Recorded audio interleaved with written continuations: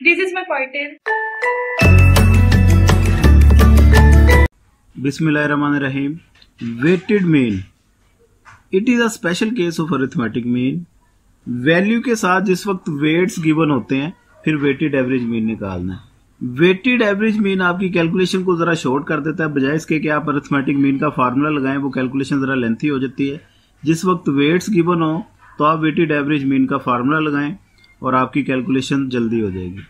इस कॉन्सेप्ट को अंडरस्टैंड करने के लिए एक न्यूमेरिकल एग्जाम्पल है मेरे पास। ये स्टेटमेंट है, आपके साथ शेयर कर लेता हूं मैं। Suppose the near by वेंडीज restaurant sold medium, large and big size soft drinks for $0.90, $1.25 and $1.50। कोई वेंडीज रेस्टोरेंट है और वो 3 तरह की सॉफ्ट ड्रिंक्स वो बेच रहा है, एक मीडियम साइज, एक लार्ज और एक बिगी साइज। ये 7 उनकी प्राइसेस आ गई हैं रिस्पेक्टिवली।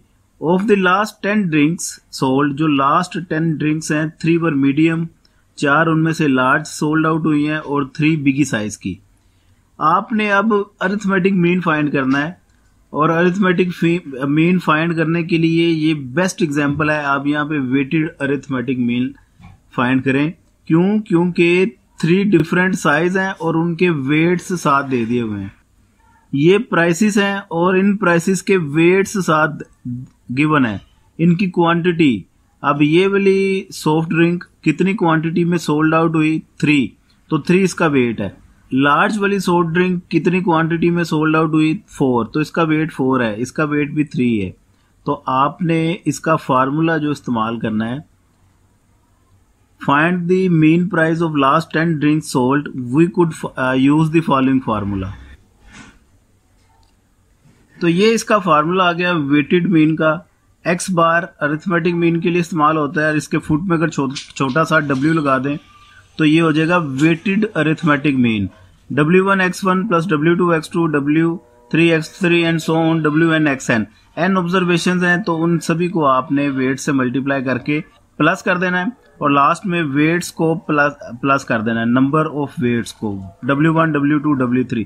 अब इस पर्टिकुलर केस में हमारे पास 3 वेट्स हैं और 3 ही वैल्यूज हैं, तो ये हमारा फार्मूला बनेगा W1 x1 plus W2 x2 plus W3 x3 divided by W1 plus W2 plus W3।